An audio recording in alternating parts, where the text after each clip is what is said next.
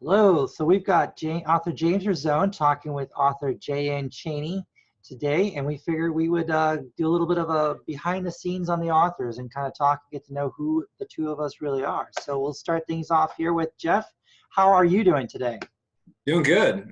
Working, the quarantine, I guess, or the social distancing hasn't really affected me all that much because as an author, I work from home a lot. Yeah.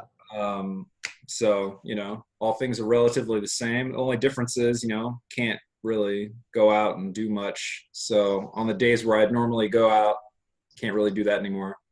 Yeah, I was telling some of my friends, as authors, we are by and large, quarantined and isolated as it is by trade. Mhm. And we're like, that one day a week where we leave the cave to stop writing, we really want to freaking go out to a restaurant or a bar and just Yeah. have some nice food and socialize and realize, hey, there's real people out here. Maybe we should do this more often. And now we find out that we can't go. And prior to that, we're like, I don't really care about the quarantine. But now you're telling me I can't leave and everyone's losing their minds. Well, it's funny. Yeah, it's tough, it's being in the situation, I think, for most people because there's so much uncertainty rolling around, and it becomes sort of like, well, when am I going back to work? Am I going to have a job when I get back? Yeah, People are, as an author, it affects us because people don't want to spend any money, correct. um, and the kids are at home, They're so reading less. they're reading less. There's less time. You got to homeschool your kids, or you got to, like just look after them in general. Um, I don't know about most people, but I'd imagine you probably aren't giving them to like a babysitter right now. You're probably not sending them to daycare right now. So it's affecting, I think, even more people. And I saw this start to happen when the virus really, I guess, started breaking out and spreading before everyone went on lockdown. But I was already seeing the effects in different fields at that time. Yeah, And then it was starting to trickle down to us, and we started seeing it. yeah. And then the lockdown actually happened, and that's when everything just really spiked, across the board. Where the unemployment rate right now, I think they were saying under this lockdown is like it's over 30% now. Like over 30% of the country's not working. Yeah. Yeah. And now there's a big fear amongst people, especially in the service industry, that when this ends, a lot of them are going to lose their job because Permanently. a lot of people work in small businesses and stuff. So Yeah. there is a lot of fear and uncertainty in the world right now. I think at the end of the day, we just all have to remember that everything ends. And, we got through the Spanish flu 100 years ago, which was arguably worse. Yeah. Um, Well, you and get through everything. I mean, at the end of the day, yeah, that's just the way life works. You just yeah. move on. I mean, life's going to move on with or without you, and the world continues to turn. The sun continues to come up every day. So, Well, I think, like most people, I've been glued to the news coverage and watching, like Dr. Fauci, I think is his name. He's the head of phenomenal guy. the NIH. He's been going around on YouTube, which is really interesting to watch Yeah. because, we've never seen this before, right? Like this whole experience as it exists is very unprecedented. But just the fact that YouTube exists right now and it's never existed before, like in, through these pandemics and through these catastrophes and stuff, but we have an expert, the one that's next to the president Yep. on these, Advising him on everything. Yep. advising him on everything. And he's going around to different YouTube channels and he's talking about like doing one-on-one interviews, and he's doing this almost daily, right? So he was just on, I think it's Dr. Mike, who is like this really big, he runs like a medical YouTube channel. He was just on Phil DeFranco doing an interview there, and then this other one. It's really cool to see that sort of intimate interview setting where this dude who's like regarded as this, basically the expert leading all of this, talking like he's in your living room, on this platform. So we do live in the information age now where it's easy to get sucked into all this stuff. And, I'm certainly no exception to that. I've been following the numbers and watching all the coverage as much as I can just to stay informed. And really, when you're trapped at home, that's aside from working like we do, what else are you going to do? I know, and you know, part of the problem is we get sucked into it, and what happens is we just see it, and you get pulled into this repetitive circle, and it can either drive you crazy and nuts, you know, and become super depressed over it, or hopefully you can find a way to break out and find something to be more positive or focus on that is going to help alleviate the situation. Because I remember, I mean, it just comes down to you can control the things you can control, and you have to let go of the things you can't. Because if all we want to do is fuss about something that legitimately none of us can have any control over or have even a say in it, all we're doing is making ourselves anxious and frustrated, and it just further exasperates the problem. And so that's kind of the challenge: is how do we balance getting news and staying informed without being just overwhelmed with everything that's going on with it. And that's where I think, you know, what we do is really great, because creating stories in books, we create escapisms from reality, from the world, and being able to give people that opportunity, whether it's a half an hour a day or an hour a day, to just escape into a fictional story is so powerful and awesome, especially in times like this where we need that escapism, we need that break. And I think that's why, you know, people are hopefully going to be turning more to reading, more to books or to audibles, just to kind of help break that up. You can only binge watch, you know, so many weeks of Netflix. That's true. Yeah, that's true. Yeah, I don't know. I think it's interesting. I tend to not panic when I see this sort of thing. That's because you're a military guy. You know, you kind of were taught, you know, hey, we don't panic. We solve problems. You know, losing our heads over this isn't going to save the situation or help us.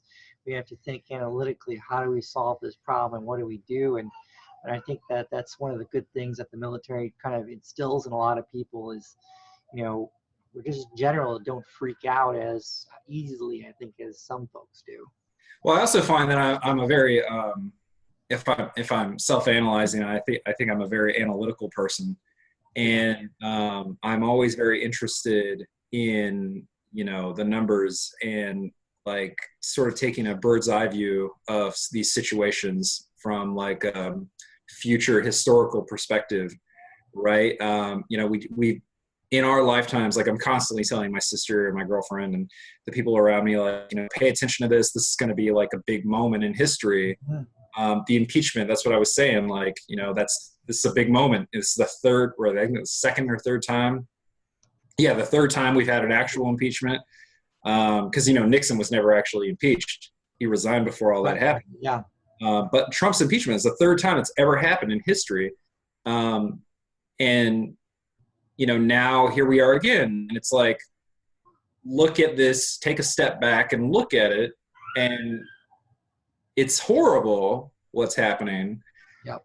But just take a moment to think about how big of a deal this is and the change that it's going to enact, you know, on our society as a whole, like once it's all done. And I wish, like, how would things have been different if we hadn't been so consumed with impeachment through the months of December, January, and February?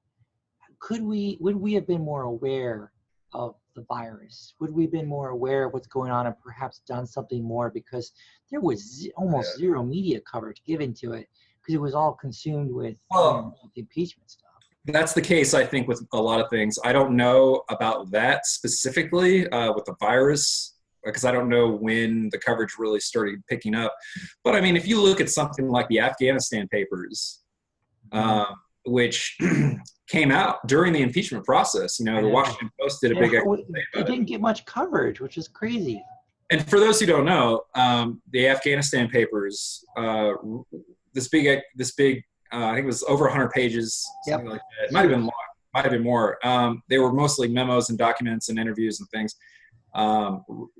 Because of the Freedom of Information Act, were released by the government that basically detailed over the last 17 years of the Afghanistan war, which is the longest war in American history. Yep. You know, what happened that got us into this, and where everyone was at in the beginning, like Rumsfeld, Chaney, people like that, and how none of them had a plan, none of them knew what to do. Like we have their own memos and everything that talk about it, and you had generals who thought we were doing one thing, and you had political leaders who thought we were doing another, and then we had soldiers, colonels, and stuff who were actually deployed over there who thought we were doing something else. So it's like, are we spreading democracy? Are we going after the Taliban? Are we going after ISIS? Nobody actually could agree on it. It was a total massive disaster. And so, and then these Afghanistan papers revealed that the government had been lying to us publicly in the news and all these interviews and stuff and speeches all throughout all three administrations. Yep. And all the way up until it was released, and basically saying, and this is Republican and Democrat presidents and administrations saying that we're winning the war, we're winning the fight, we're winning the mission, and but they didn't have a mission, they didn't have a goal. Yeah. So how are you winning something you're not actually, trying to do? We're just sort of like waiting, like waiting water or whatever. Yeah. The expression is. But yeah, it's fascinating. But this came out, nobody talked about it. The Washington Post ran a thing about it, but everyone's focused on this impeachment thing. Exactly. And depending on your political perspective, this should have been an opportunity for us to really hone in and say, what the heck is going on with America's longest war? Why are we still losing soldiers here if the goal isn't to win? Well, it's sort of like it's like the Snowden stuff, right? That came out, and that people were like, oh, you're being spied on, in mass. And at the time, I remember you were in the military at that time, weren't you? I was in the military, and there was a TV show, and I'm trying to remember what it was. It was Christopher Nolan's brother, Jonathan Nolan, I think, who co-wrote The Dark Knight. He had a TV show with the guy that played Jesus in that Mel Gibson movie. Oh, Jim Caviezel?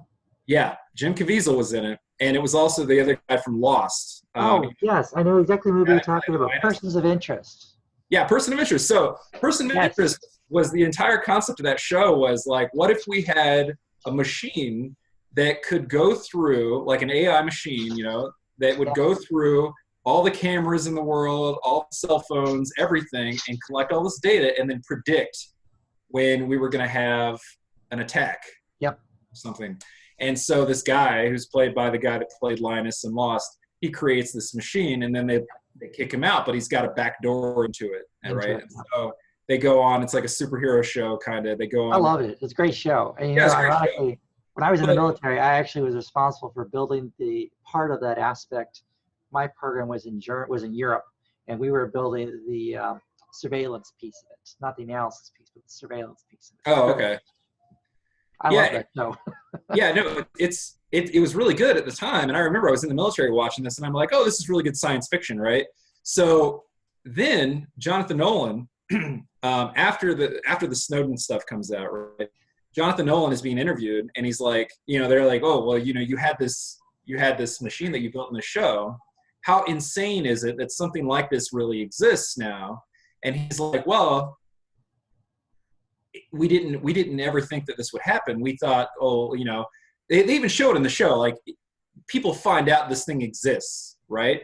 And there's mass panic. There's all this like mass hysteria.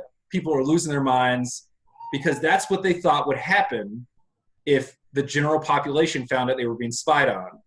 Yeah. And then it happened in real life, and nobody cared. I know. It's the same thing with the FISA stuff. I mean, I don't know how much of it you follow with the FISA, but FISA, it's like, that is the most intrusive, underhanded thing we've ever created, because it allows the federal government to essentially get a wireless warrant on anyone they want with very little substantial information, supporting information, and there's no counterpart to question it. There's no one on the opposite side to say, well, hold up, Your Honor, let's think about this for a second. Has Jeff Chaney said a few questionable things on the internet? Yes. Most certainly.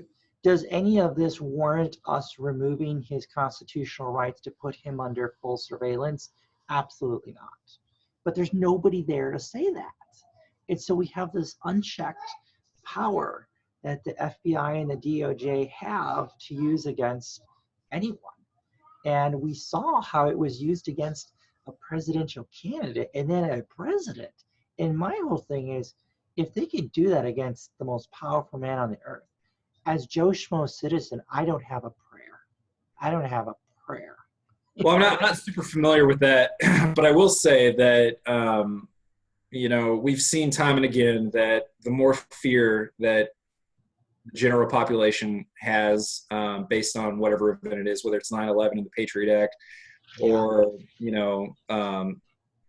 any sort of, I mean, like the 9/11 stuff really created a snowball effect of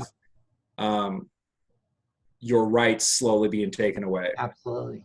And I think for me personally, I think the biggest, most intrusive, observable result of this is just when you go to the airport, right? Yeah. And, being patted down and scanned and, going through all this, like a very clear invasion of your personal rights. And, and despite all the studies that have proven that, this organization doesn't actually stop anything, except, and enacting this actually resulted in more deaths than lives saved because less people were flying. And as a result of that, more people driving. And we ended up driving and getting into more car accidents and dying. So, I don't know. I could be wrong about everything. I'm not perfect. These are just opinions from our no opinions. expert at all. So But I was going to ask you, you're originally from Florida here, where I currently am. Now, you joined the military. How old were you when you joined the military? Let's see. I was 26 when I went in. I was 25 when I signed up. It took why did you wait so late? Because most people usually go in much earlier. So I got a bachelor's degree first. Okay. And I was going to school in Tallahassee, going to FSU. I graduated in 2000 and, oh man, when was that? I had to work through school, 40, 50, 60 hours a week. I was a maintenance porter. Yeah, I did all that too. Man, I had so many jobs. I can't even, I was a maintenance porter. I delivered pizza. I sold hair products at a salon at one point for like 2 years. I worked at Verizon right after I got out of college, but I went to school for writing, and that was what I was like, I don't know how I'm going to do it, but I want to be a writer kind of mentality. So I, like most people that get into creative arts, I had no plan for after I graduated. And as a result, I had nowhere to put that, right? Like I started applying for management jobs at different corporations like Target and everything. You need a degree to work there as a manager, but they have to recruit you out of school to do that. At least that's how it was at the time. That was like 10 years ago. Okay. So I ended up working at Verizon Wireless, and I did that for about 9 months. They promoted me to assistant manager of the store. And then the guy, because it's all privately owned, like franchise, basically. Sure, franchise. He owned about 25 stores, and he was like, I want you to go work in Central Florida, where you're from, and run a store, because I had good numbers. And I was like, well, give me a weekend to think about it. And so I went home and I thought about it that night, and, I'm just like tossing and turning in bed, trying to decide what to do, because it was going to be like, I had gone to school for writing, and this guy had just offered me like a pretty good raise. I would have gone from making $30,000 a year to about $58,000, which is pretty good, and I was like, okay, I could do this and make decent money doing something I really don't want to do, which is, hawking phones. I never really felt very comfortable with it. I always felt a little gross just because, you're in these privately owned chains, probably not the corporate stores, I don't know, but like these smaller chains, you're really encouraged to just screw people over constantly. And I would always try to avoid that. I just worked in a very busy store, and I was one of 3 people that worked there. So I was working like 50 hours a week. But yeah, just the traffic alone was enough to get my numbers way up there. And so I asked myself, like, do I really want to do this forever? Or am I going to give up on this dream? And I opted to just, completely go the opposite direction. And the next day I quit my job, and I drove back home and signed up at the local Air Force recruiter. I stayed with my sister for about 6 months, and before I ended up going off to MEPS, and I went in, and I was 26 years old when that finally happened, and I got on the bus, and went to basic training. Now, why'd you go enlisted instead of officer? Because you had a degree. Because in the Air Force, they're a little picky about what kind of degree you have. So if you have a writing degree, they're not gonna, it goes in waves, right? So the way I understand it, if they're in demand for officers or for enlisted people, and it's like bonuses, right? Like if you want a bonus, they're gonna push you towards certain jobs. And the more that job is in demand, the higher the bonus is going to be. When I went in, there's barely any bonuses available, and at least not for any job that I wanted. And they didn't want someone with my degree as an officer. What they did want was somebody with medical, technical stuff, engineering, nothing, no creative writing. Like, what are you going to do with that? So I couldn't get into the officer program. At least that's what the recruiter told me. And I later want to go Army instead? No, they take you. I know. I thought about it, but I decided that I was going to do something involving tech, right? So in case I always try to approach life situations with, okay, here's my plan A, here's my plan B, and here's my plan C. And in this case, it was be a writer, okay? But if that doesn't work out, then do a 20-year military, service. Like if I get to the end of my 4-year term. Yeah, it was my plan too. Yeah, if I get to the end of that 4-year term and the writing thing, I decide that that's not going to work out, then at least I've got this. And then the backup is I can take the training I got in the military and use it in the civilian world for something practical and competitive, which in my case was fixing computers, which is a 6-figure job outside of the military, especially with an SCI clearance, which is what I ended up getting. So, I went into the military with the mindset of playing ahead to be a writer, right? So I went in and I signed up for 4 years. And I knew that at the end of that 4 years, I was going to have to make a strategic decision of whether or not I would be able to get out and then start my own business as a writer, because that's essentially what we do, right? We run our own little corporations. And for me personally, that was the main reason I went in. And then the second one was to get a master's degree that I wouldn't have to pay for again. That's right. Because the bachelor's degree, it was expensive, and time consuming, and it was very difficult to manage all that while working as a maintenance porter and pizza delivery guy, and these little close to minimum wage jobs. But the military, and I was paying for a lot of it myself. My sister would send me money to help out occasionally, and it was just a lot. It took me 6 years to get a 4-year degree, and I was like, I'm never going to do that again, because I didn't want to go into debt, right? Like I didn't want to take out a massive student loan like so many people that I knew. So I completely avoided all of that. It just took me 2 more years.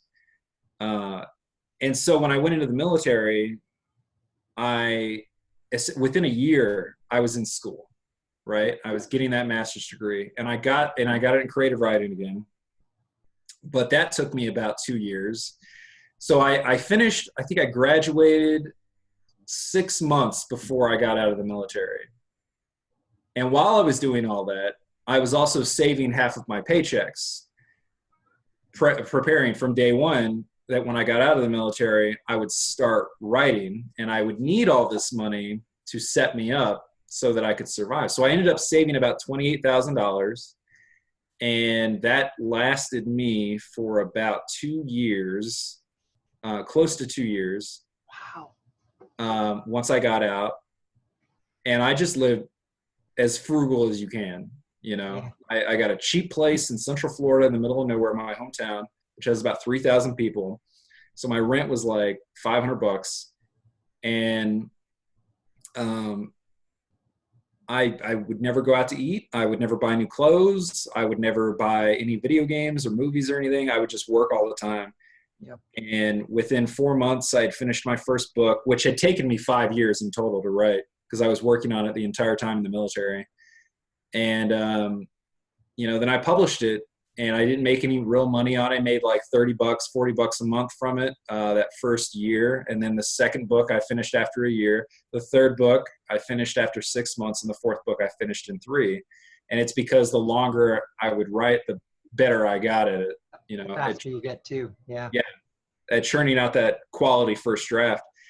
And I also made I made like a connection with good editors and designers and things like that, and really smoothed out the process. So since then, I've ramped up even more, and now I run a small press, and I think I have, with my name on it, I have about 70 books. But I've been doing this now for about 5 years. It's great. So, yeah. Yeah, that's kicking butt, man. That's the story. Yeah. But see, what's great about that story, though, is that's replicatable. I mean, people can do this. People think it's a lot harder to do, but it's really not. It just comes down to, are you willing to put in the time and the effort to actually knuckle down and do it? And one of the challenges is a lot of people get distracted. They allow themselves to get sucked in and distracted. And this is probably the single biggest distractor in the world we have right now is a cell phone and social media. And people say, well, how do you have time to write? It's like, well, when you cut out the non-essential things in your life, like social media, Facebook, TV, when you cut out those things that are just honestly time sinks, you'd be shocked at how much time you ultimately end up having to devote to something. I mean, I tell new writers and people, my beta team and people, if you literally just sit down and work on crafting 1 or 2 really good pages every single day, you'll have a full page novel at the end of the year. And it's not a lot of time. It's just a matter of being disciplined and putting in the work. And some days, like I tell people, my daily goal is to knock out 3,000 words a day. Now, there's some days I don't do any. Sometimes I have 2 or 3 days I don't do any. But then I'll have one day where I'll sit and knock out 10,000 words that day, or 12,000 words. And so it kind of offsets and makes up for itself. But it really does come down to putting in the work. And honestly, we live in the greatest time in history to be an author, but also to be an entrepreneur, because we have the world's best internet system. We have Amazon as a platform to sell our product, to sell our ideas. And there's so much available to us to do. We just got to get out of our own way and start using our brain to figure out how can we make our ideas or our dreams a reality, and then put in the work to do it. And if you're willing to, it's incredible what you can accomplish. When you look at like what you did, you worked your tail off in the military. Obviously, it's tough work in the military. I spent 10 years in there myself. Yeah. You managed to save, a lot of money, and then you made a lot of sacrifices early on. Living in a probably a kind of a crappy apartment, by your current standards, but you did it because you could afford it, and it allowed you to spend the time and money on your passion, which was writing a book. And then you continued to plug away with it, and then you started to see success from it, and then you built on that success, and now you've got this small press and employees and a full-blown business that's making 6 figures a year and probably pushing closer to 7. I mean, that's a phenomenal success story for anyone to have achieved and done in essentially under 6 years. But that should give everyone optimism and hope that that they could do this too, or they could at least give it a good try. Because even if they don't reach the same level of success as you, they can get pretty doggone close. And maybe they're able to quit their own job and are now doing something they love, something they enjoy, and it's not work anymore. It's a passion and it's something fun to do. Yeah, I mean, I would say to anyone that has like a dream, right? That, it's like Alan Watts. I don't know. Do you know who that is or What's the was? name? Alan Watts was a Zen Buddhist teacher, philosopher in California back in like the 70s and 80s and stuff. Okay. And so all of his speeches are online now. But one of them always is like this excerpt of one of his lectures I'd come across at one point that really stuck with me. And I would listen to it in the military occasionally when I would get depressed or down about what I was doing, because I didn't actually enjoy fixing computers. Yeah. It's not a passion of mine. It was a means to an end to get to what I wanted to do, to get to the thing that I thought would make me happy. Yeah. And so I would constantly have to sort of check my my thinking and my perspective, and always look at the future. And I would do this thing where I would say, well, this sucks right now, but I would put myself sort of in that future perspective in the moment and try to think of that moment in hindsight. Yep. And how I would barely remember this in 6 months. Yep. And doing that really helped me get through some hard times. But also I would watch these videos and as a good reminder. And one of those videos was like, it was called "What If Money Was No Object," right? Yeah. And the whole video was about like, what would you do if money was no object for a living? What would you do if you could do anything? And he said, it's a miracle of our educational system. You have a lot of people who just want to be poets and writers, and maybe you want to ride horses for a living, maybe you want to do whatever. There's a way to do that in some capacity. Like you could teach in a writing school, right?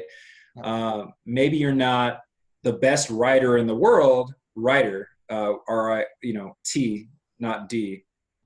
You could teach writing in high school. You could teach it in college. You could do whatever if you can't make it as a published author. Whatever the case is, you could find something in that field and do that somehow. So look at that field and that job and ask yourself, if chasing the money wasn't as important, would I still do this? Yeah. And chances are most people would say no, because a lot of us, we're constantly in our society, a lot of us are told it repeatedly, like, oh, you need to make more money. Oh, that's the important thing. Go work at that. Buy more stuff. Yeah, buy more stuff, consume, go work at that corporation, work your way up that ladder. There's a sense of pride behind that, behind chasing money. And along the way, you never stop to say, like, am I actually enjoying this? Is this the thing that brings me, bliss? Is this the thing that makes me happy? And a lot of times it's not. And it's not until later in life that we realize that we made a mistake. And that's a lot of time. And that's when we have midlife crises. So, my dad went through a midlife crisis, and I watched him go through it. And so one of the things I always told myself after that was, I'm not going to make those mistakes, and I'm not going to do a thing that I'm not passionate about for 30 years. Yeah. And then when I get to be 50, I have this sort of this crisis of my life with all these regrets, questioning, like, well, what if I had gone down that path? What if I hadn't have done this? What if I had done this other thing? And so I told myself from day one, I'm just going to pursue the one thing that makes me happy. And that was writing books. Yeah. Even Yeah. if I end up destitute, right? Like if I end up destitute or I'm only making $500 a month, I will still do this before I will go and work at a car lot, which is what my dad does, or sell cell phones, Yeah. or work, fixing computers forever. Now I will if I have to survive, but I'll always be writing on the side and pursuing that Do goal. what you enjoy. Yeah. Yeah. So what's something else that your readers perhaps don't know? Like what's some of your favorite foods to eat? What's a favorite restaurant you went to? What's a funny story that happened to you or something that you felt really embarrassed over or something like that? Oh man, I don't even know. I don't think there's anything I'm really embarrassed about, but uh, I'd wanted to travel for a long time, but I was really poor for years, and so I never really did any of that. I traveled a lot as a teenager, and my mom would sign me up for these foreign exchange programs. Oh, cool. Yeah, and to pay for that stuff, she didn't pay for it. I had to pay for it because that was, part of the deal. And the way that, before I go on, I didn't want to travel. I hated it as a kid.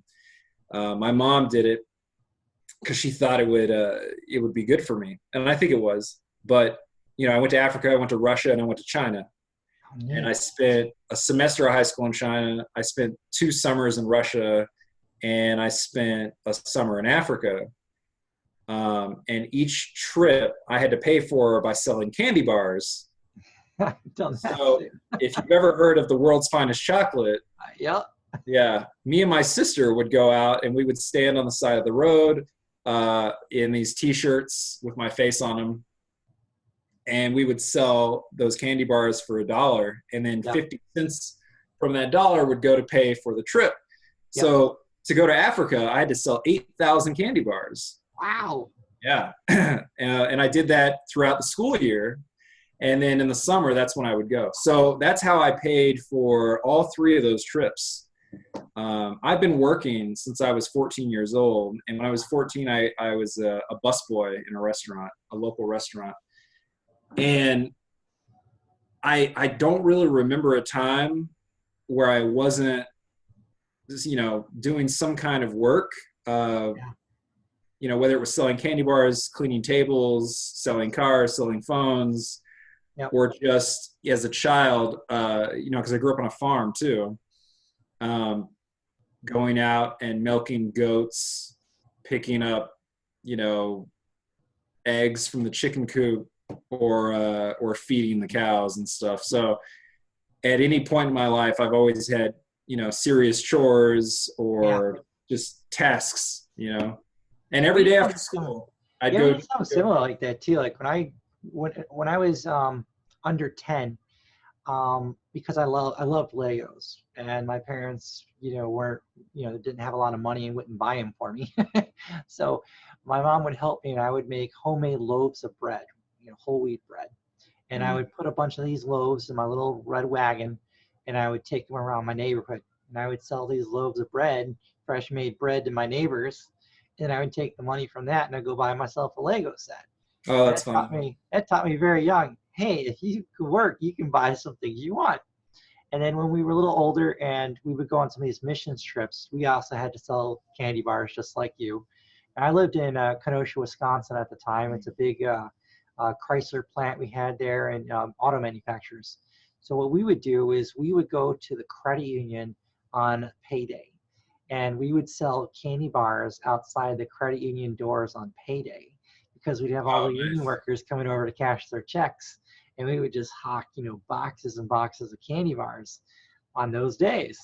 Mm. And that was every week. Every week there's a set day every week that they got paid on, and so we'd go over and we'd sell all these candy bars to do that.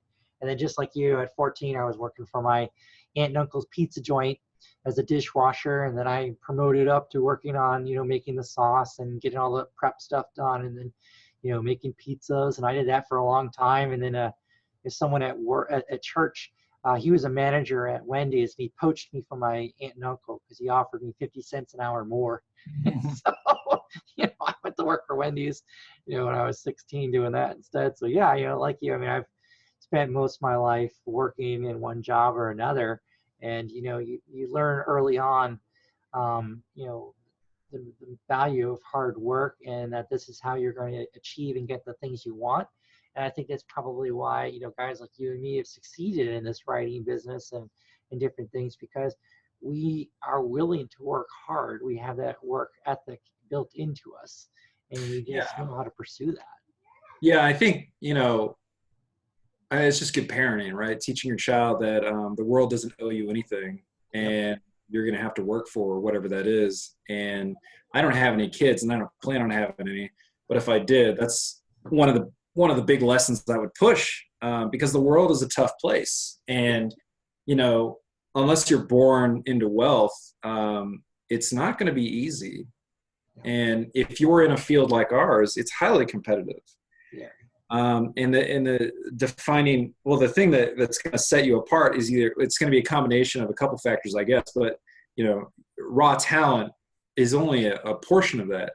The rest of it, it's like that old saying from Thomas Edison. It's like success is like 1% inspiration and 99% perspiration. Yeah. I think Edison said that. It's constantly doing it. Yeah, and I would say in our field that is largely true. Because there's a lot of really talented authors out there who phenomenal writers, and they can't sell their books, and it's because they write like one book a year or one book every couple of years, and then they don't know how to market it, and it's not fast enough. So to keep up with the current market, you have to release quickly. And when I got into this, I was working nonstop. I would wake up. I remember it was, in hindsight, insane, right? Like I would wake up in my bed. I had my TV right up against the wall in front of the bed, right? And it was hooked up to my computer over here. Okay. So this was basically a screen for the computer. I had a wireless keyboard and mouse, and I would go to sleep working in bed, and then I would put the keyboard aside, and I would wake up, and I'd pick the keyboard up, and I'd start working again. Yeah. And I did that for probably about 8 months, So I gained probably 40 pounds, and I just worked, and that's all I did. That was my life, was 16 hours a day, work. And that was when I initially got into this business. But it's like, I couldn't do that now. I'd burn myself out. But at the time, I had no other option. It was like, I can't fail at this, Yeah. I can't. It's amazing when you're in that situation, you have a choice. Like my first book I wrote, I'd been laid off at that point for a year. And it was up in DC when we had the sequestration going. So it was like no government jobs. And that's largely what I've been working in. And then I lost my clearance because it expired on top of it. So I was really screwed. And so I started writing. And because I read a bunch of books, I was like, man, I could do this if they're doing this, because I'd see all the errors. And so I started banging out some books, and got the first one published, and I made $87 my first month. I was really proud of myself. And then I got hired by another company right as I pushed out book 2, and we didn't make a terribly lot of money. And I was working for this other company. I was working for Aon Insurance. I was making good money. I mean, I was getting, my salary was $135,000 a year with them. So I mean, I was making good money as a VP with them. And I was doing well with that. And I worked on book 3, and then that came out, and we made like $8,000, I think, that first month it came out. I was like, holy crap, I made almost as much money selling this book as I do at my normal day job. Yeah. So then I started to take it pretty serious. I had a 2-hour commute from, I worked in Chicago. So I had, I was getting up at 4:20 in the morning to catch a 4:50 or 4:40 train ride into the city. I had a 2-hour commute to the city, and then 8 hours of work, and then 2-hour commute back. I'd write for maybe an hour each night, and then I'd write, 5 or 6 hours on the weekend. And that's how I wrote book 4, and did that for about a year. And then the company, sold off part of it. They sold a third of the company off to BlackRock, and they summarily laid off 2,000 of us VPs, senior directors, and senior vice presidents. And, suddenly I was unemployed again. And I was stuck. I was like, okay, I have 2 options here. I could either go back and work in insurance, which I hated. I just absolutely hated. Or, and I was working 60 hours a week doing this. I was commuting 4 hours a day, working 8 hours a day on top of it. I was like, I can do that, or I could put all that time into writing a book. And so I started putting all that time, and that's when we wrote our Red Storm series with Battlefield of Ukraine all the way through to China. And we wrote that series and just kept writing, putting in that 60, 80 hours a week of writing like that. And before you know it, we had this whole series out. And then next, we're making double what I was making at Aon in the first year of just writing time. I was like, why did I ever wait this long to start doing this? And we just continue to go. And it's just kind of been, off to the races ever since. But it's like what you said. You first started out, you had to put in the time and the hours writing it. But what you were really doing is also learning the craft, learning the trade, learning how to market, learning how to do social media, learning how to do all the stuff that a normal publisher does for you. You now were the publisher and had to figure it out. And those of us who were able to put in the hours and the time and just figure it out intuitively or just through brute force, we're the ones to rise to the top really fast, because Amazon is set up in such a great platform that if you learn how to harness it and do the right things quickly, you can rise to the top of the charts very fast. If you write a good book and you know how to market, you get the right ad cover, the right covers, all that stuff. And I think it's just one of the greatest tools that we've got available to us as independent authors. And YouTube, my God, I learned practically everything I've learned about marketing from YouTube, dozens of hours with Brian Meeks and reading his books, and then listening to all of Mark Dawson's, SPF training videos. And I'll go back and re-listen to a lot of these things here and there, or I'll go and refresh my train of thought with YouTube videos on social media marketing and how to understand that. And I think that that's one of the things that helps you as an author, is when you can not just learn how to write, you got to learn how to market. You got to learn that stuff. And it sucks. I'm the first person to tell you it sucks. I hate AMS. I hate doing all that stuff. But if you put in the time and you learn how to do it, you can crush it and make a lot of money, because you can have the best book in the world, but if you don't know how to market it, you're not going to make any money. And you can have a total garbage book, but know how to market the hell out of that thing and make a fortune. And that's really trying to find that balancing act between being able to market it and write is quite challenging. But, you've figured that out and done phenomenal. I know we've done the same. And I really encourage a lot of other authors to just keep at it. It's going to be tough. If this was easy, everyone would be doing it. But if you want to put the time, you can make it. Yeah, I think that, obviously our journeys have been very different, just in the way that we approached it. You mentioned you had read Brian Meeks and listened to Mark Dawson. I was completely unaware of those people. I was unaware of them the first 2 years I was writing too. Yeah. And I've never read Brian. I know Brian Meeks. We've hung out. He lives here in Vegas. We've hung out multiple times, but I've never looked at any of his information. Because by the time I found out who he was, I was already, I'd already kind of gotten over that, part of that hump. Yeah. And same thing with Mark Dawson. I've never listened to the podcast that he runs. And, but I hear a lot of good things about their information. For me, what I think did it, the other route you can take, for those who maybe listen to those, those guys and still would like more. Yeah. What I did was, because I'm a very social person, right? So much more of an extrovert than I am an introvert. And so I reached out constantly to people and I would try to connect. And so I made a lot of friends in the genre that I was working in, and networked as much as I could and just tried to ask questions as often as possible. Smart. And over time, I found certain individuals were, very, I wouldn't say eager to help, but like just more receptive to, helping out a friend, because I didn't start those friendships with like, hey, I want to use you for information. I want what you have, that kind of thing. Cause that's very toxic and that's not going to get you anywhere. But I would just befriend these people and, get to know them as a person.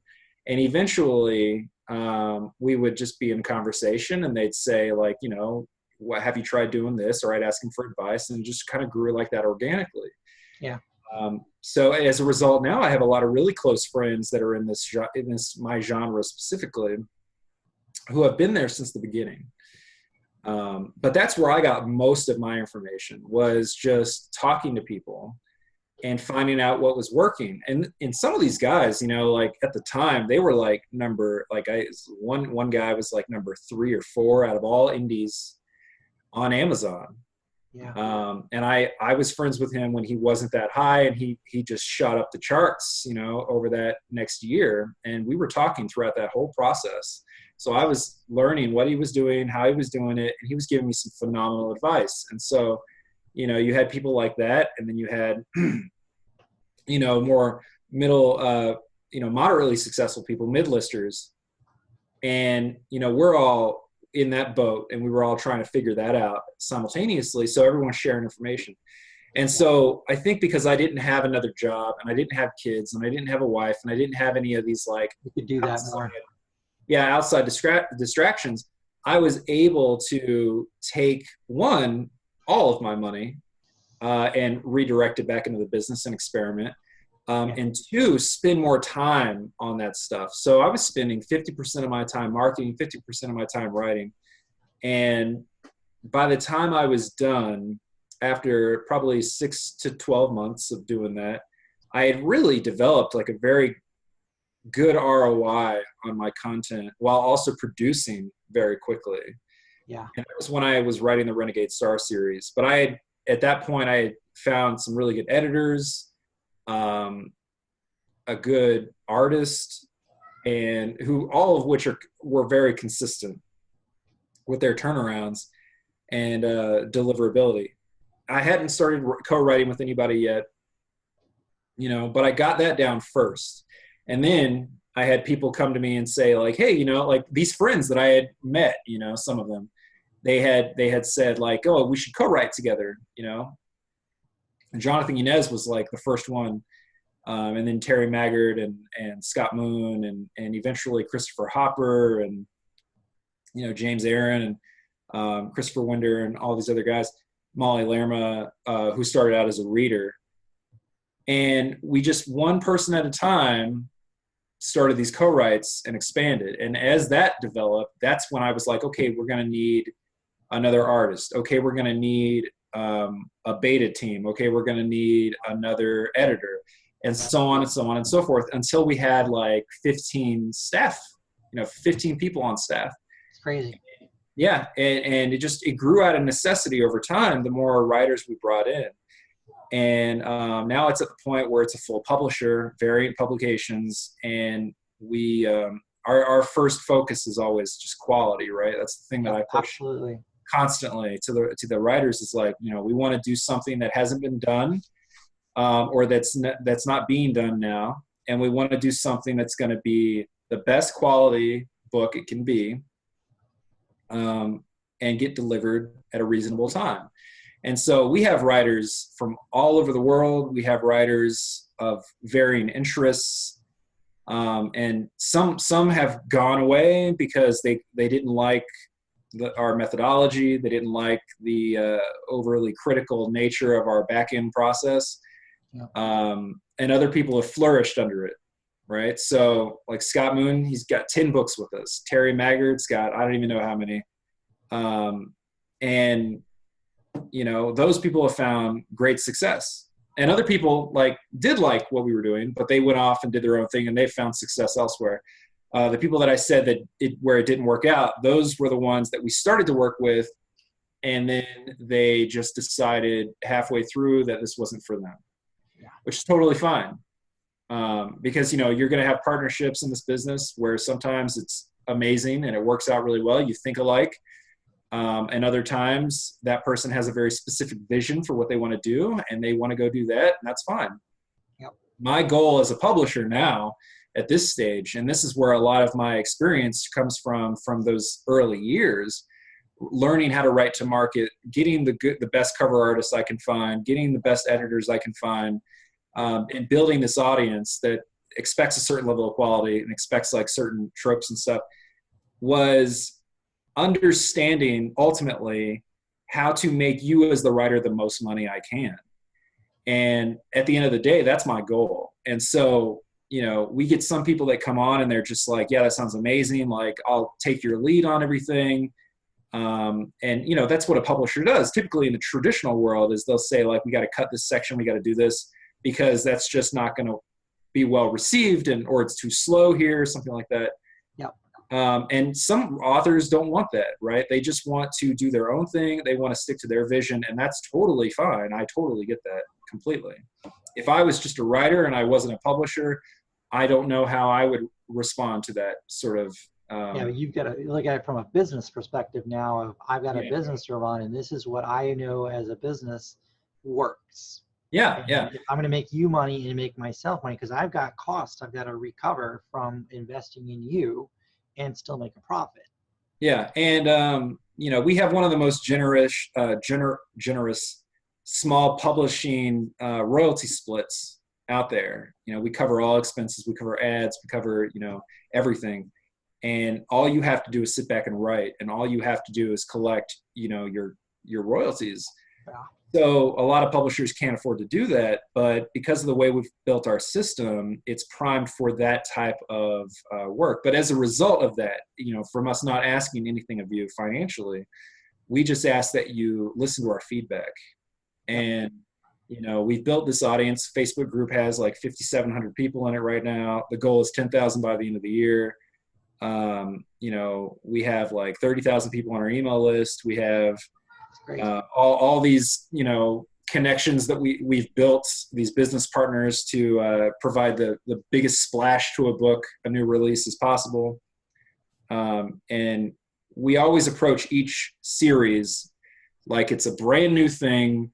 And we've never launched anything before, and we want this to be huge. We give every series equal respect, and that's a lot of work every single time. Absolutely. You have to put the word out with all your contacts, these other authors that are doing email swaps. You have to plan these things out a month or two in advance, sometimes longer. You have to spend a lot of money with, certain promotion outlets. And at the same time, like, we're partners with Podium as an audio publisher, and they do most of our stuff. We also have some work with Audible Studios. And they expect high quality books. They expect long books, and we have to be respectful of those needs too. So there's a lot of factors that are involved in producing these books. And like I said, it's not for everybody, but for the people that have stuck with us, they've found that, it's helped them out a lot. So like I said, at the end of the day, that's all I really want to do is help other people make more money. Like, I want authors to be able, because when I got into this, I was making nothing, I was making like $30 a month. My first month. Yeah. And now I'm at a point where I can help other people. Yeah. So I tell my friends who haven't been able to go full time or are struggling to make enough money to pay their rent. And I'll say, well, how can I help you in this sphere where this is like your secondary income source? Can we make it your primary income source? Yeah. What does that take? What does that require? What kind of income are you looking for? And if we can get to a reasonable number, then it gives me a goal to set, and then I'll invite them to work with me, and more times than not, they've been able to quit their primary job and go full time. And do you find it interesting doing the co-authoring versus having them go at it alone to build their brand as an author on their own, as opposed to having you as the lead name on it?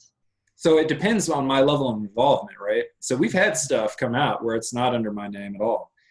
And we've got 2 authors that I just brought on who are going to be working on stuff completely under their own name. We've got a pen name that's one of our authors is working on now, and we have 4 books done in that. We just haven't launched anything.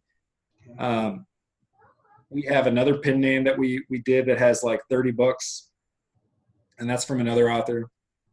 So I have found, though, for me personally, if I don't have a lot of involvement on it, if it's just my team working on it, then I don't put my name on it. Yeah. Like we ensure the quality's there, but I didn't have any creative insight into that. So I don't feel comfortable attaching my name to it. If I work on it with the author, I'm editing it, or I'm, working on the outline with them, and I'm brainstorming for hours on the phone every week with them, that's when I feel comfortable attaching my name to it, because I know that this is something that my readers will like. This is something that I had a heavy creative hand in. Yep. And, it'll be beneficial to both of us to do that.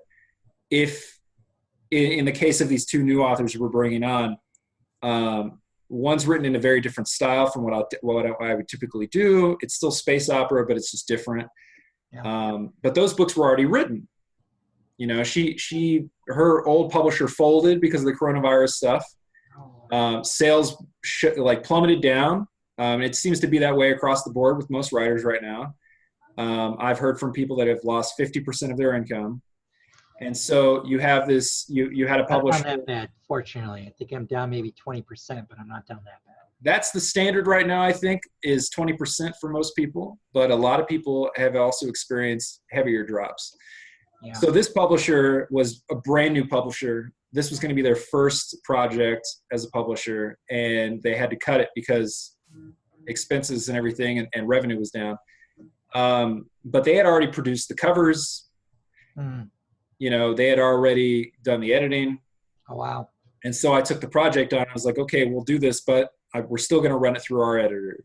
Absolutely. We're going to run it through our beta team, because we have a certain level of quality that I have to make sure we meet. Absolutely. I trust that other publisher because I know that person that was running it, but at the same time, we still have to do this. So we're bringing on that author. That's why my name is not on that, because I didn't have a hand in that creative process. Now, and I didn't come up with the book idea. A lot of times that's, a lot of times if my name's on it, I'd say 50% of the time, I came up with that idea for the market. Yeah. And in other instances, like Christopher Hopper, he came up with Ruins of the Galaxy himself. He had already published the first 3 books in that series. And he and I were friends, and we were talking, and I said, you want to come write with me? And so he said, give me some time to think about it. So he took the weekend, and he came back and decided that he wanted to try that out. So we released Resonant Sun. And then while we were doing that, I said, I could republish these 3 Ruins of the Galaxy books for you and put them through editing and everything like that. Because we don't have any military sci-fi books.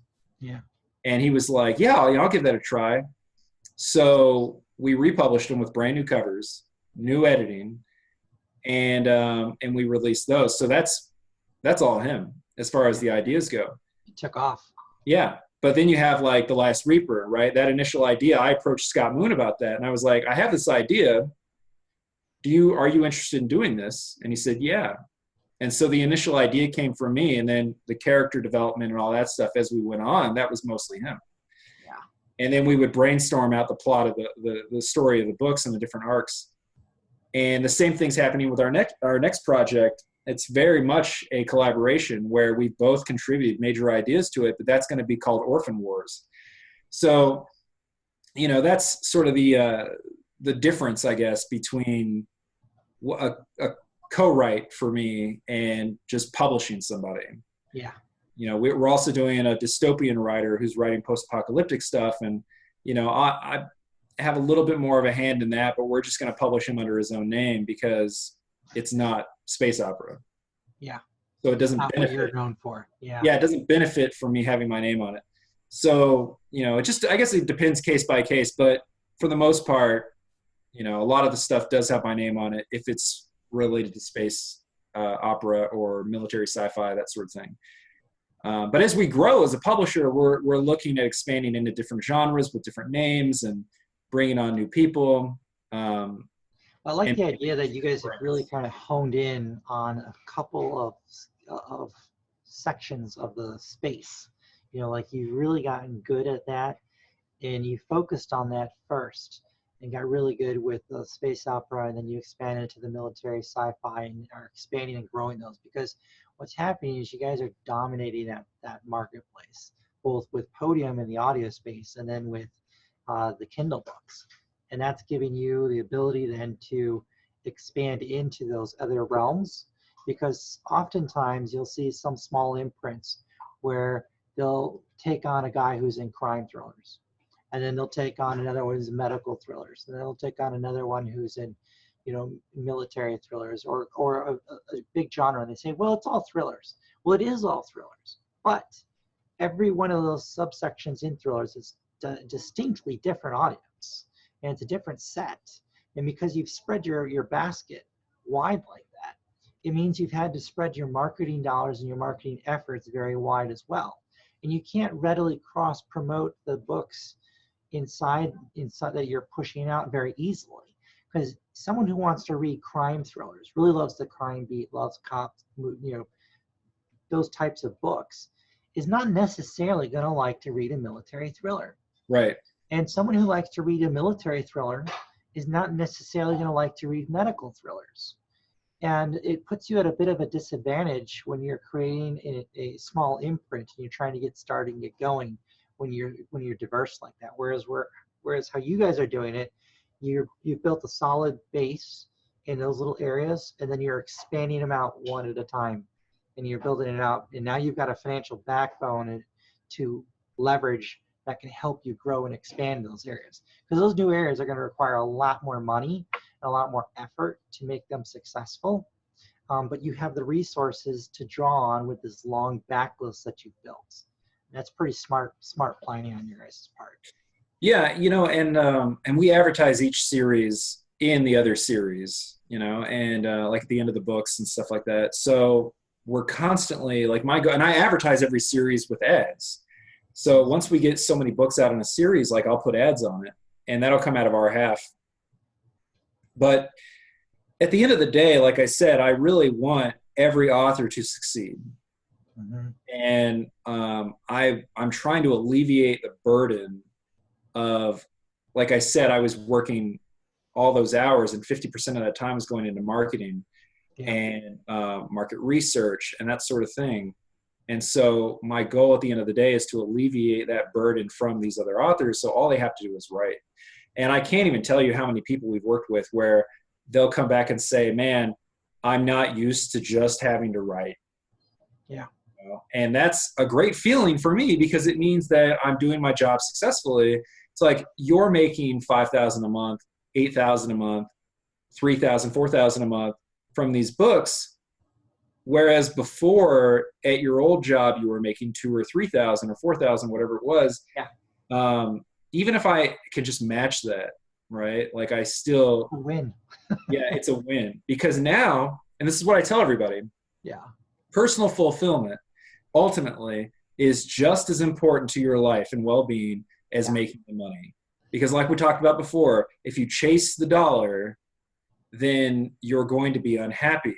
But if you can find something that gives you that personal joy and that personal fulfillment, and you can get paid for it, well, that's the ultimate dream.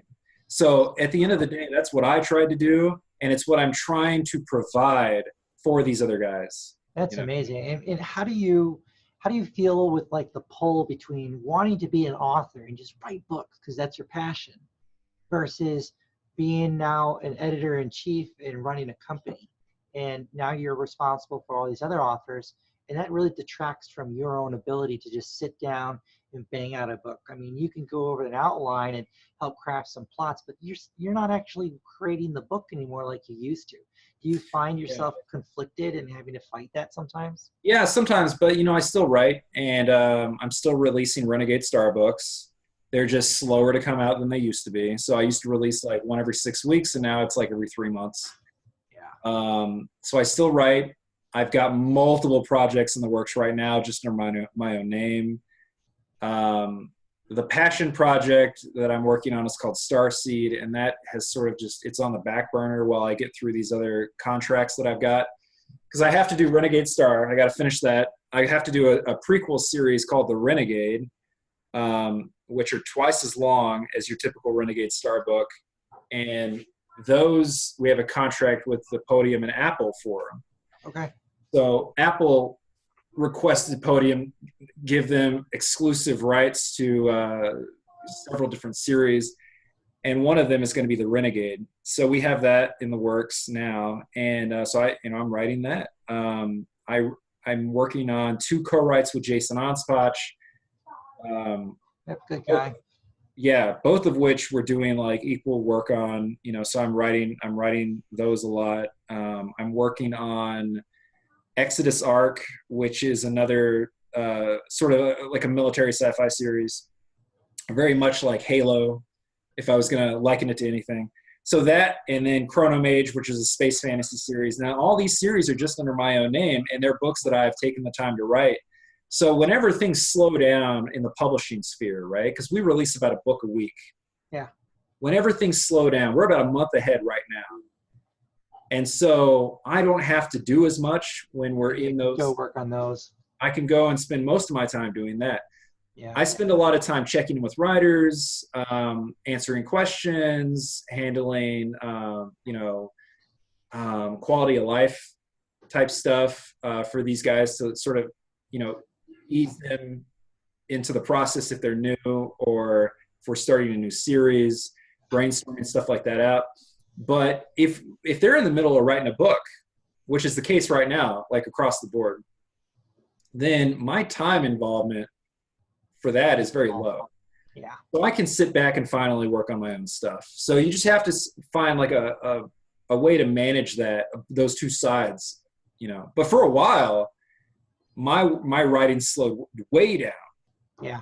As I was building this, and I was heavily involved in all of this stuff, and we were bringing on new writers constantly. And I was having a very hard time finding just time to write. And so as a result, I was working longer hours, working like 14, 15 hours a day, just so I could get the words down. And now it's eased back. Now I'm working about 9, 10 hours a day, but I work 7 days a week. So I know I do the same. My wife hates me for doing that, but I tend to work 7 days a week, whether it's just a couple hours here and there or full blown 7 or 8. Well, it's a business. Yeah, the trick is, I think, at least for me, I mean, I know you have kids. The trick for me is sectioning off your day, right? Yeah. So, my girlfriend and I, we hang out after 5:30 or 6 o'clock at night, and we'll hang out until about 10 or 11, and she'll go home or I'll go home because we don't live together. And then I'll come home, and if there's something pressing, then I'll jump on my computer and I'll work for a couple hours. Yeah. And then I'm working all day before that, on top of going to the gym 4 days a week. Not right now because of this whole coronavirus. Oh, I got a question for you actually on the audio space. So you are one of the few authors I know that has a really good pulse on this. What is it that how did Podium essentially corner the market when it comes to military sci-fi and science fiction? Because I see organizations like Tantor trying to do that, and Find a Way trying to do that. But Podium seems to be one of the few exceptions that has just really dominated that space. What is it you think that they've done, or how do they go about doing that to reach that level of success? Well, I mean, that's hard to say, because they've had a CEO change, I think about 6 to 8 months ago. So that's a recent development. They brought on a new team, but I would say ultimately it comes down to finding the right writers and coupling them with the right narrators. So you see R.C. Bray on a lot of their titles, Luke Daniels, Ray Porter, Scott. Do they have a really good marketing arm to them that does well? Because Tantor gets some really good narrators too, but I think their marketing absolutely sucks. Well, no, they've really stepped up their marketing, like I said, when they brought in that new team. And we actually have their marketing team in my Slack channel for Variant Publishing.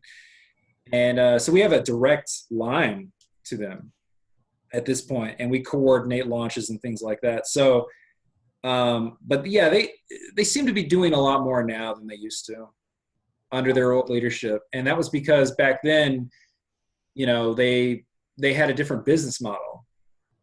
And now it's just changed, right? Like now they're looking at exploring these different ventures. Like I said, we have that Apple situation now Yeah. that we're looking at. We're going to experiment around with that. But yeah, I don't know. They're an evolving company, just like we are, just like everybody in this industry. If you want to They stay seem to ahead, really have that market space dominated significantly better than Tantor, because I've done 3 audiobooks with Tantor. When they approached me, I told them to save the money that they offer. Yeah, I usually offer you a little bit of a cash advance. I told them keep the cash advance. I wanted a higher royalty. So I negotiated a good 10 or 15% higher than most authors usually would get in lieu of the upfront money, because I realized over a 7-year term, I'll make more with a higher royalty than will that upfront money.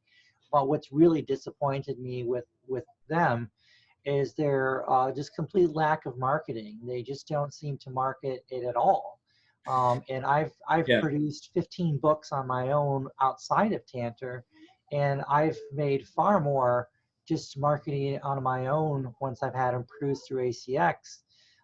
So I just won't use Tantor again. But this new series, I'm taking a break from my military series to go and do the sci-fi one we've been talking about, and I'm about 99% certain I'm going to do it through Podium because they know what the heck they're doing with that genre, as Well, opposed to everyone else. I would say with Podium, I have calls with, their lead author liaison for sci-fi and fantasy, probably every 2 weeks, and we're actual friends. And at this point, and we talk about it, everything under the sun. And I think relationships are very important in business. Yep. And if I trust you and you trust me, that's going to take us farther than just a contract, right? Yep. And if you don't, like, it's going to obligate you more to doing a good job If for we're friends, yeah. if you're friends, and me for you. And that's a big part of why, when with the Podium partnership, I don't want to let them down, because we have that kind of relationship. And I know on their end, we've become one of their top clients because of that. And so I think that you really have to look at how these companies treat their authors. I have had nothing but good treatment from Podium. Yeah. They're easy to talk to and communicate with. They have some genuinely amazing people working for them, like warm-hearted, kind people, and they want you to succeed. Now, you mentioned the advertising. I see their ads all the time on Facebook, so I know that they're doing that stuff. I've seen them advertising our books specifically multiple times. But at the end of the day, you really don't know until you try it. And if you do a book with them and it doesn't do well, then don't use them again. Try somebody else, or just do it yourself. Now, a lot of times, like I don't know Tantor specifically because I've never worked with them, but I've heard things from authors like you about them. And the general idea is that for the most part, the books don't sell. I suspect it's because they don't spend a lot on ads. I suspect that maybe they're banking on you selling the ebook, and then they're getting that massive cut, that 85% cut, because of the sell through to the audiobook. Correct. If you sell an ebook for 99 cents and you have WhisperSync enabled, which most books do, Yep. that discounts the audiobook to like $7.49 or like $4. Cheaper, yeah. Yeah. And so then people buy the audiobook as an upsell, and that company just made extra money, free money. And they didn't have to advertise any of it. You did.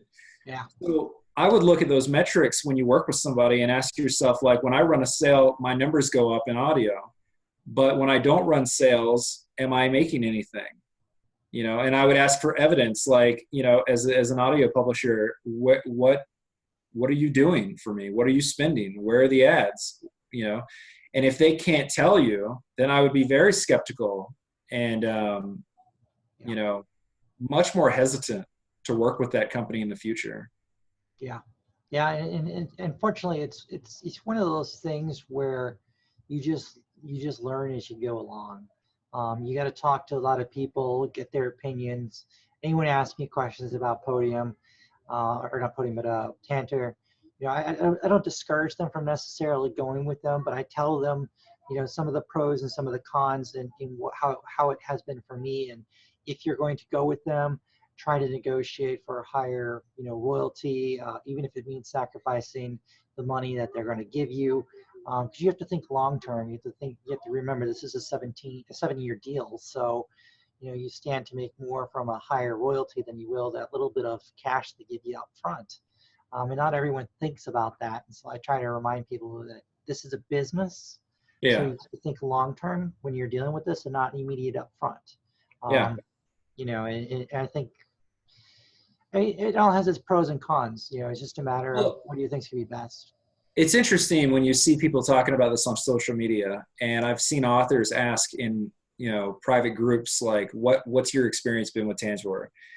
And it's interesting the responses you get, because some of them will say what you said. Others will say they're a joy to work with. They're easy to communicate with. The royalties have been great. Others will say the complete opposite. I can't get in touch with anybody, and I haven't made much at all from this deal, and that sort of thing. So it largely, I think, depends on a number of factors.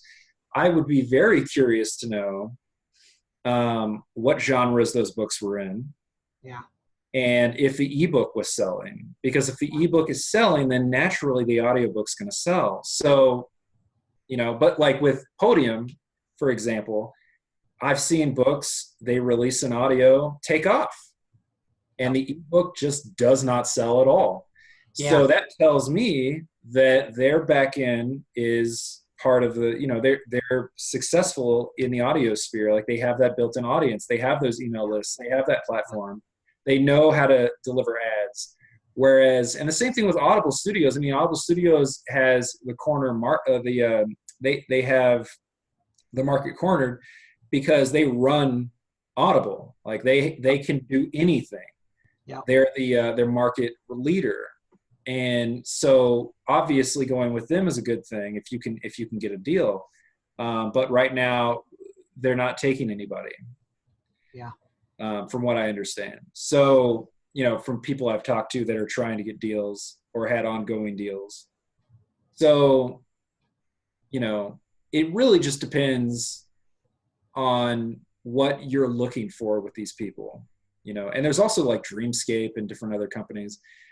But if they're successful in sci-fi and you write sci-fi, well, chances are they're going to be a good fit. Yeah. If none of their sci-fi books sell, or only a small handful, then you need to go look at the ebook sales. You need to go look at the ranks on those books and see, well, is the author selling these audiobooks?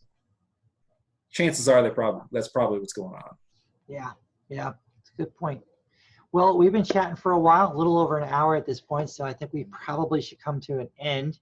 But it's been great getting to talk with you and just learn more about who J.N. Chaney is, and just kind of hear a little bit more of your backstory, because I'm sure us authors never get these kinds of interviews. It's always, well, let's talk about the book or the series or the craft, and it's very seldom just talking in general about, what you did before you became an author and the journey and everything else. And that's kind of fun. It's what everyone wants to know.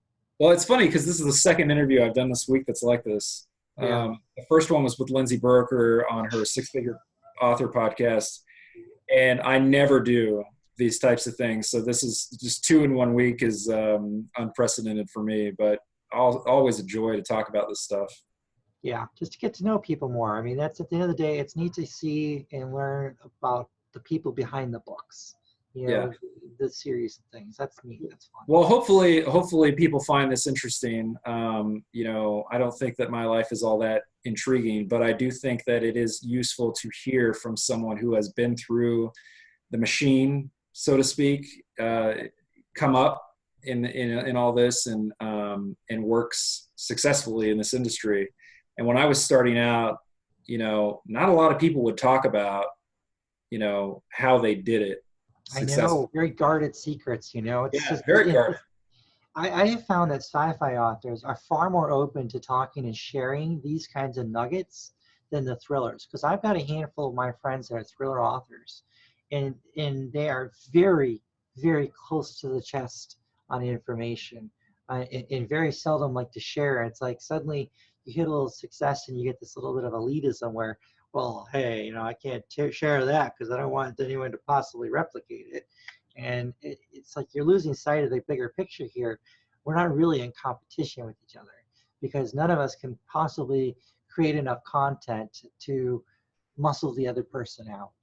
It's just too big of a space. Well, I think at the end of the day, the reason we push quality is because at the end of the day, you're going to get readers who find your books, and if they like what they find, they're going to continue to read your stuff as long as you maintain that level of quality. So, you can, I always tell the authors that I work with, anybody can sell a book one, but only a good book one can sell a book two. And, you really have to deliver that quality work if you want people to stick around. If you're hitting those 70-80% read-through rates, like our Red Storm series has got a 73% read-through rate. It's been out for almost 3 years. Yeah. But our current series right now, the Fallen Empire series, from book 1 to book 4, which just came out about a month ago.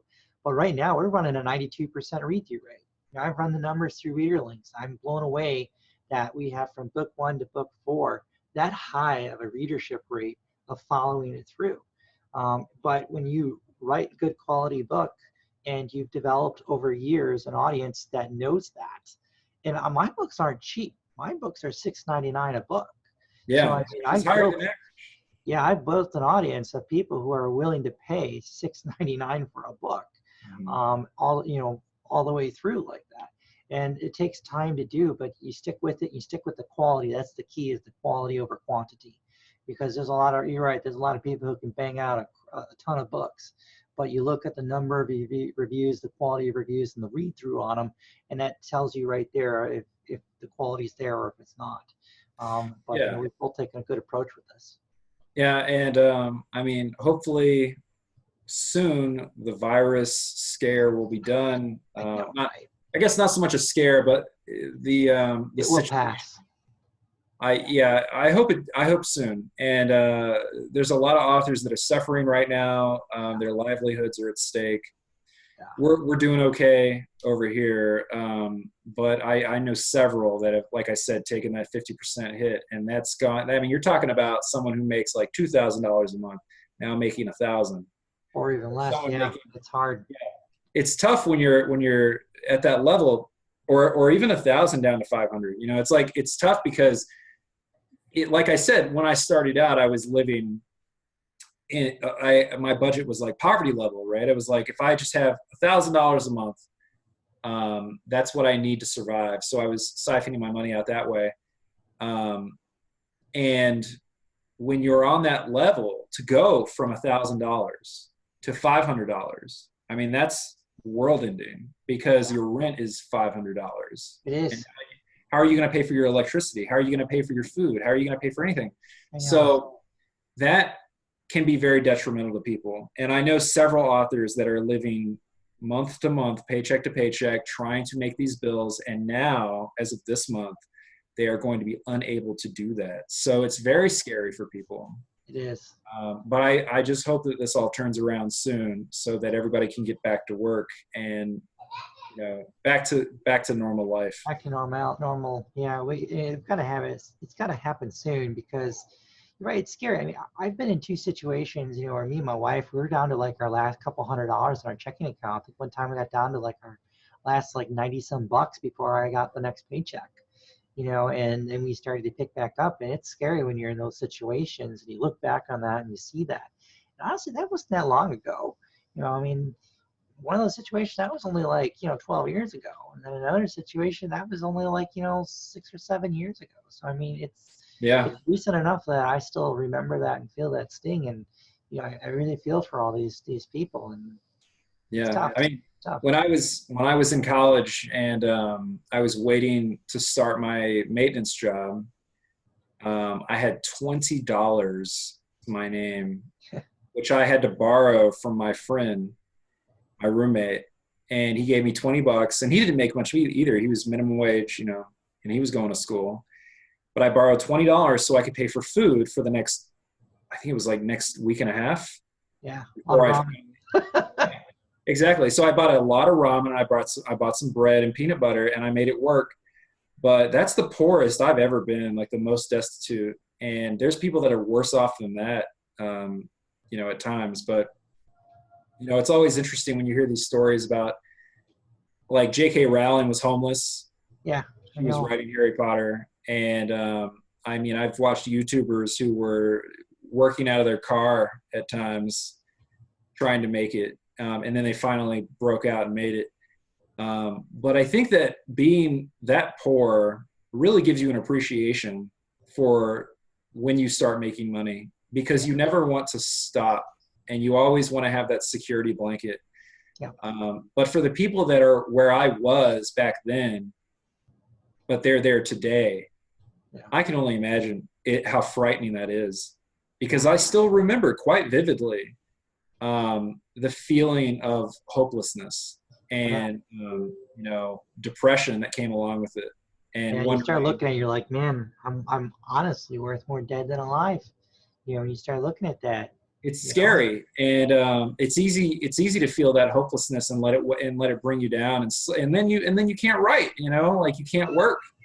And so it's sort of it's this cycle of like self-abuse where you want to do all these things and be creative and work hard and stuff, but you can't, because the depression of the failure seeps in, and it stops you from even building that momentum and working. In 2007, I lost my job at Aon, and it was like crap. So we started writing. Had to do the writing full time. Really just go all in on that.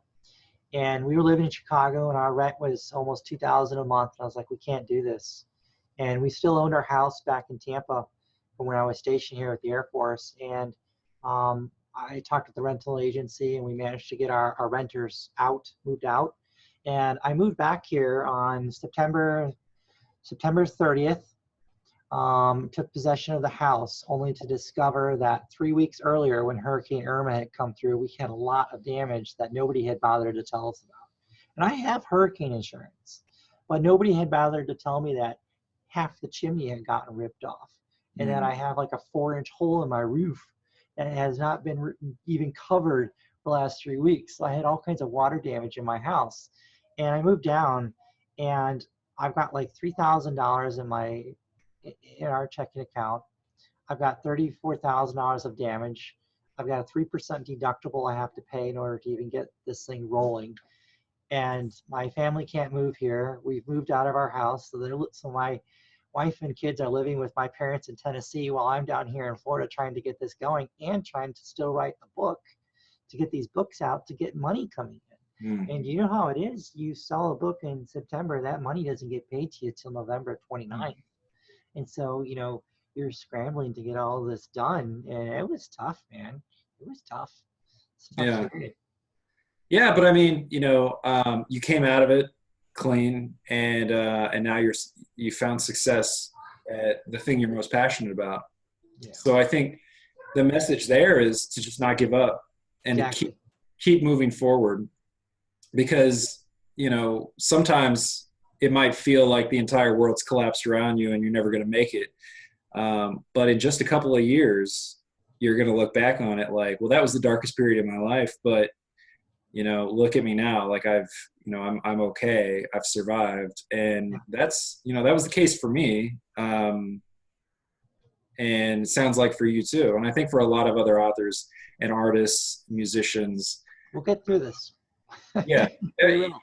If you just keep going, anything is possible. If you work hard and you keep going and you don't give up. A lot of people do. A lot of people give up because they let the fear take the wheel. Yeah. And then it's over. Push just a little harder, a little longer, you'd break through, and then you'd hopefully see that success and make it through, Yeah. All right. Well, we've been chatting for an hour and a half. My wife is dutifully signaling me that I have to cut this off because I got to put my kids down to bed here shortly. So we shall end it here, but maybe we'll get another chance to talk again. And I know you and I will continue talking on Facebook and everywhere else. So thank you all for taking the time to listen to Jay and Chaney talk about all this, and myself, and hopefully you guys have gotten some inspiration and maybe learned a few tricks of the trade from the two of us talking about all this. Yeah, if anybody has a story of their own they want to talk about, and an inspirational story of how you overcame a hardship, please, we have comments, right? Yeah, Absolutely. drop Yeah, them in the we'll comments. post these things on YouTube and as well as on our own social media feeds and author pages. And feel free to drop the comments, because we find encouragement from that too. We like helping other people, and we like being able to see you succeed and do well in this business, because others have done that for us. And Yeah, so I it's always like a paying good it forward. success story. Yeah. So, all right, we'll chat with y'all later. Thank you. All right, thanks for having me. I'll talk to you later.